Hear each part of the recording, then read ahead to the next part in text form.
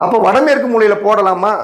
இந்த பெட்ரூமுக்கு இதை வந்து டோட்டலா இந்த டாய்லெட் பாத்ரூம் இது அட்டாச் பாத்ரூமா போட்டுருவோம். இந்த ரூமுக்கு அட்டாச் பாத்ரூமா போட்டலாமா? போட்டலாம், சிறப்பா இருக்கும். அப்ப இது வாஸ்துப்படி இப்படிப்பட்ட ஒரு வீட்டை கட்டுனா யோகமா? இப்படிப்பட்ட வீட்டை கட்டினாவே உங்களுக்கு செல்வாக்கு தன்னைப்பால தேடி வருங்க. சொந்த பந்தங்கள் மதிப்பு கூடும், பொருளாதாரத்தில் மிகப்பெரிய உச்சநிலை அடைவீங்க. ஆனா இதையே இன்னும் கொஞ்சம் டெப்தா போகணும்னா ஒவ்வொரு ரூமுடைய தலைவாயில் என்பது உங்களுடைய விதியை நிர்ணயிப்பது. அப்ப அந்த தலைவாயில் அப்படிங்கிறது அதனுடைய ஈசானிய பகுதியில் தலைவாயில் வர வேண்டும்.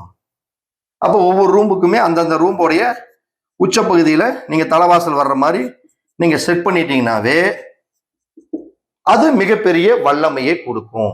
அப்ப இப்படிப்பட்ட ஒரு வீடு வாஸ்துப்படி இந்த கட்டமைப்பு சிறப்பானா இந்த வாஸ்துப்படி இந்த கட்டமைப்பு சிறப்பு.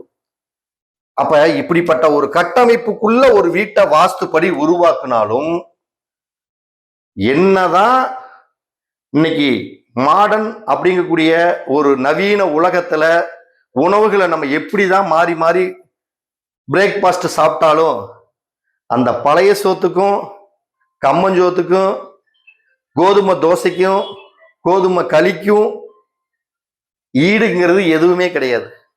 அந்த பழைய உணவுகள் உடம்புக்கு ரொம்ப சூப்பரா இருக்கும். அப்ப அந்த பழைய உணவுகள் எப்படி உடம்புக்கு நோய் நொடி இல்லாம வாழ்க்கைக்கு சிறப்பாக இருக்குதோ அதே மாதிரிதான் அந்த பழைய சித்தாந்தங்கள் என்ற மனையடி சாஸ்திரம் என்பது ஒரு வீட்டுக்கு தலையாய ஒரு கடமை.